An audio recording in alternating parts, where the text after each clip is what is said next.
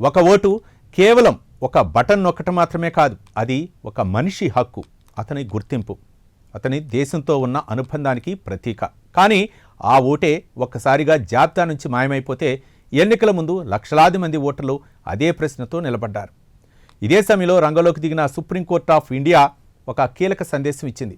ఓటర్గా కొనసాగటం ఒక నిరంతర హక్కు, దాన్ని ఎలాంటి ఒత్తిడితోనూ కుదిపేయకూడదు అని స్పష్టం చేసింది. కానీ ఇక్కడే అసలు ట్విస్ట్. న్యాయస్థానం ఒకవైపు హక్కుల్ని గుర్తిస్తూనే మరోవైపు అదే కోర్టు వెంటనే జోక్యం చేసుకోవడానికి నిరాకరించింది. ఎన్నికల ఒత్తిడి, భారీ సంఖ్యలో తొలగింపులు, లక్షల్లో పెండింగ్ అప్పీళ్లు, ఈ మొత్తం పరిస్థితి ఒక క్లిష్టమైన సమీకరణంగా మారింది. ఈ నేపథ్యంలో పెద్ద ప్రశ్న ఒకటే: ప్రజాస్వామ్యంలో ఓటు విలువను కాపాడటం ముఖ్యమా, లేక ఎన్నికలను సమయానికి పూర్తి చేయటం ముఖ్యమా?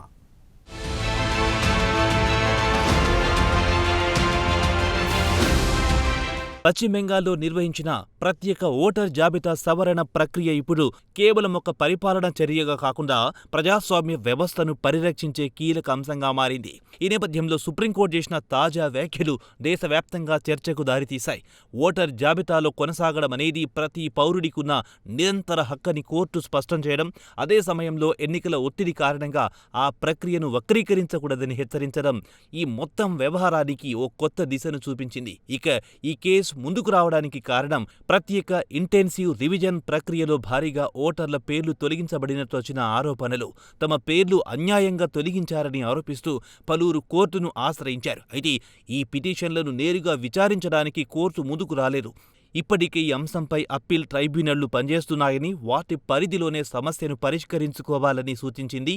అంటే న్యాయ వ్యవస్థలో ఉన్న దశల ప్రక్రియను గౌరవించాల్సిందే అన్న సందేశాన్ని కోర్టు ఇచ్చింది.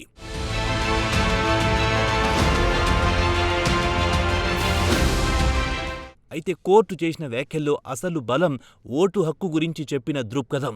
ఓటర్గా కొనసాగడం కేవలం రాజ్యాంగ హక్కు మాత్రమే కాదు, అది భావోద్వేగంతో కూడుకున్న విషయం కూడా అని పేర్కొనడం ఈ చర్చను మరింత లోతుకు తీసుకెళ్లింది.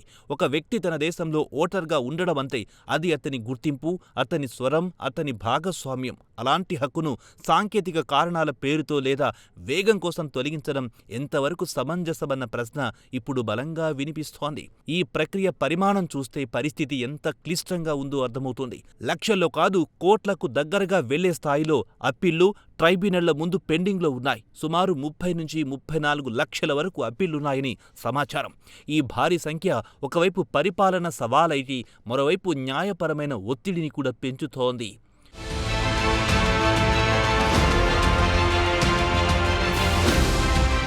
ఒక్కో అధికారి రోజుకు వందల కేసులను పరిశీలించాల్సి వస్తే తప్పిదాల అవకాశాన్ని పూర్తిగా తప్పించలేమని కోర్టు కూడా అంగీకరించింది. మార్జిన్ ఆఫ్ ఎర్రర్ అనే అంశాన్ని కోర్టు ప్రస్తావించడం ఈ ప్రక్రియలో ఉన్న మానవ పరిమితులను స్పష్టంగా చూపిస్తోంది. ఇక్కడే మరో కీలక అంశం బయటపడుతోంది: విధానపరమైన అసమానతలు. ఇతర రాష్ట్రాల్లో అమలు చేసిన విధానాలతో పోలిస్తే పశ్చిమ బెంగాల్లో కొన్ని కొత్త కేటగిరీలు ప్రవేశపెట్టడం, పాత ఓటర్లకు సంబంధించిన నిబంధనల్లో మార్పులు చేయడం వంటి అంశాలు కోర్టు దృష్టిని ఆకర్షించాయి. ఒకే ఎన్నికల వ్యవస్థలో వేర్వేరు ప్రమాణాలు ఎందుకు అనుసరించబడుతున్నాయన్న సందేహం సహజంగానే వస్తోంది. ఈ అసమానతలు కేవలం టెక్నికల్ సమస్యగా మాత్రమే కాకుండా ఎన్నికల ఫలితాలపై కూడా ప్రభావం చూపే అవకాశముందని నిపుణులు భావిస్తున్నారు.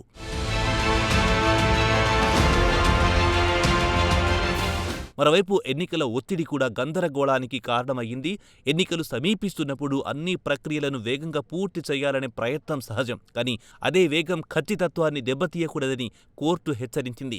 ఎన్ కోసం మీన్స్ను త్యాగం చేయకూడదు అనే భావనను న్యాయమూర్తులు స్పష్టంగా వ్యక్తం చేశారు. ప్రజాస్వామ్యంలో విధానం కూడా ఫలితంతో సమానంగా ముఖ్యమని ఈ వ్యాఖ్యలు గుర్తు చేస్తున్నాయి.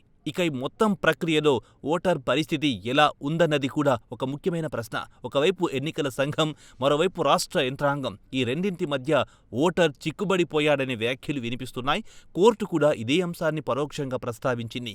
ఓటర్ను 2 రాజ్యాంగ సంస్థల మధ్య ఇరుక్కుపోయేలా చేయకూడదు అనే భావన కోర్టు వ్యక్తం చేస్తుంది.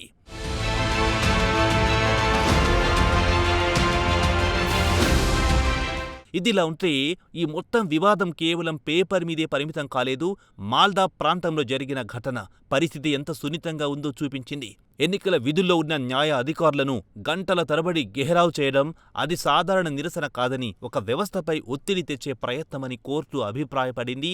ఈ ఘటనపై దర్యాప్తు చేస్తున్న ఎన్ఐఏ కూడా ఇది ముందుగానే ప్రణాళికబద్ధంగా జరిగి ఉండొచ్చని అనుమానిస్తోంది. ఈ నేపథ్యంలో కోర్టు తీసుకున్న మరో కీలక నిర్ణయం న్యాయ అధికారుల భద్రత.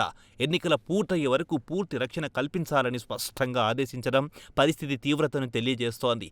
కేంద్ర బలగాల మోహరింపు కొనసాగించాలని చెప్పడం ఇది కేవలం ఒక రాష్ట్ర సమస్య కాదు, దేశవ్యాప్తంగా ఎన్నికల నిర్వహణకు సంబంధించిన అంశమని సూచిస్తోంది.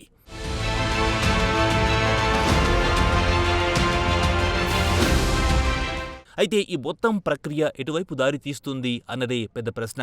ఒకవైపు ఎన్నికల షెడ్యూల్ ఫిక్స్ అయిపోయింది, ఓటర్ జాబితాలు ఫ్రీజ్ అయ్యాయి. మరోవైపు లక్షల్లో అప్పీళ్లు పెండింగ్లో ఉన్నాయి. ఈ పరిస్థితుల్లో ప్రతి ఓటర్ హక్కు పూర్తిగా రక్షించబడుతుందా, లేక కొంతమంది హక్కులు నష్టపోతాయా అన్నది కీలకంగా మారింది. కోర్టు మాత్రం ఒక స్పష్టమైన సందేశాన్నిచ్చింది. ప్రక్రియను గౌరవించాలి, న్యాయ వ్యవస్థలో ఉన్న దశలను అనుసరించాలి. కానీ అదే సమయంలో ఓటర్ హక్కును కాపాడాలని తెలిపింది. ఎన్నికలు సమయానికి జరగాలి, కానీ న్యాయం కూడా జరగాలి. ఈ రెండింటి మధ్య సమతుల్యత సాధించడం ఇప్పుడు వ్యవస్థ ముందున్న అతిపెద్ద సవాల్.